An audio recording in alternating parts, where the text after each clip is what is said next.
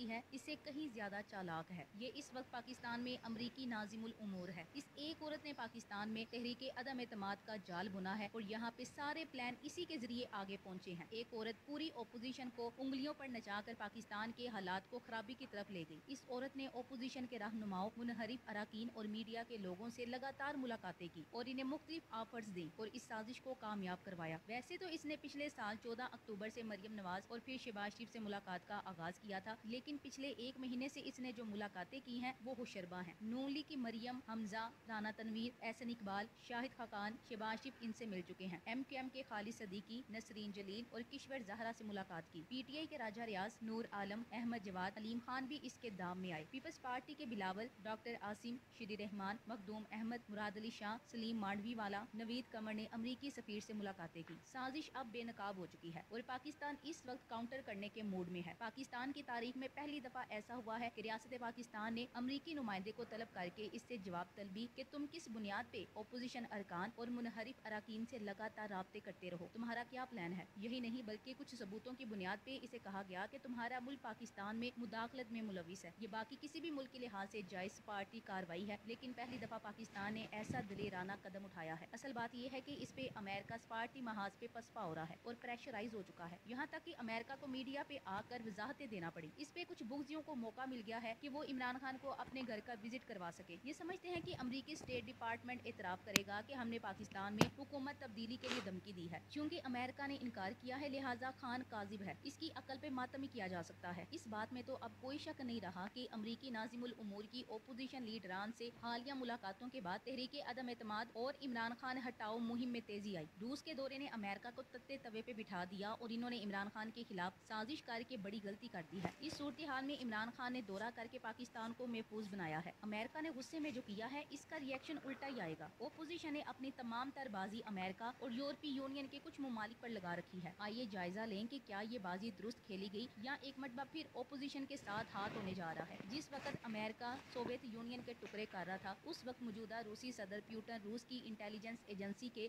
GB का मुलाजिम था। कहा जाता है कि सोवियत यूनियन के टूटे होने पर इसने अपने कुलीग्स के सामने कसम खाई थी कि वो इसका इंतकाम लेकर रहेगा और रूस को एक मरतबा फिर दुनिया के नक्शे पर ताकतवर मुल्क बनाएगा। 1999 में वो इक़्तिदार की मंजिल पर रवा हुआ और पहले वजीर आजम और फिर सदर बना। सबसे पहले इसने अपनी माइशत पर तवज्जो दी और रूस को दुनिया की तेज तरीन तरक्की करती हुई इकोनॉमीज में ला खड़ा किया। इसके साथ साथ दिफा पर खसूसी तवज्जो दी और अपनी फौजी सलाहियतों को मजीद बेहतर बनाया। इसके बाद प्यूटन ने एक एक करके खित्ते के अहम ममालिक के साथ ताल्लुकात उस्तवार करना शुरू किए। इंडिया, चीन जैसे दो मुतहारिब ममालिक को अपना करीब तरीन दोस्त बना लिया। इसके बाद सऊदी अरब और मुत्तहदा अरब अमारात के साथ नए सिरे से ताल्लुकात बनाना शुरू किए और अब वो अहम इत्तेहादी बन चुके हैं। यूक्रेन के साथ जंग वैसे तो प्यूटन की स्ट्रेटेजिक तरजीहात में शामिल रही है और बज़ाहिर इसकी वजह यूक्रेन को नेटो में शमूलियत से रोकना था, लेकिन इसके पीछे एक और मकसद भी था और वो था अमेरिका को एक्सपोज करना। अमेरिका का ख्याल था कि इसकी धमकियों से डर कर प्यूटन ये जंग नहीं छेड़ेगा, लेकिन प्यूटन ने ये जंग शुरू कर दी। फिर अमेरिका का ख्याल था कि इक्तिसादी पाबंदियों से डर कर प्यूटन बाज आ जाएगा, लेकिन प्यूटन के पास $650 बिलियन